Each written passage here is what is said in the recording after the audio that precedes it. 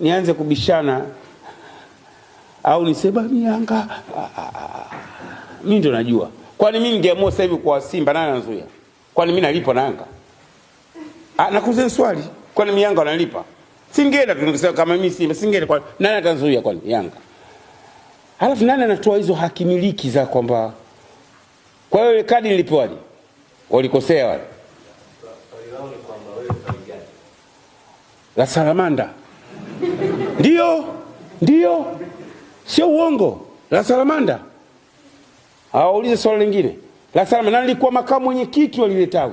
Na ndio maana nikapata haki ya kupiga kura kumchagua rais na wajumbe wa kamati ya utendaji 2022. Mimi licha kwamba nilikuwa MC kwenye mkutano mkuu mchagua rais Hersi, nilipiga na kura kama makamu mwenyekiti katika wale wajumbe 5 wa kila tawi nilikuwemo. Unasikia Sheikh?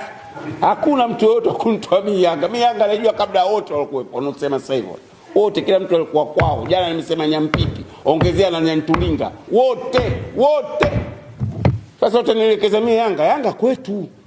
Wachezaji wengi wa Yanga kwa Kariakoo zamani. Wananielekeza mimi Yanga. Ni mambo tu ya wengine, mambo ya kiriski basi. Mimi pale kwetu. Yaani kwetu, sio kwetu kwa kudo, kwetu.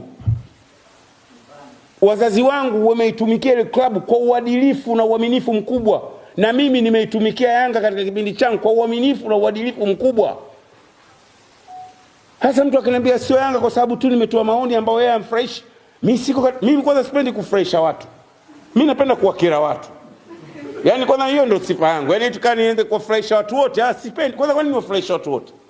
Mtakuwa mnafiki.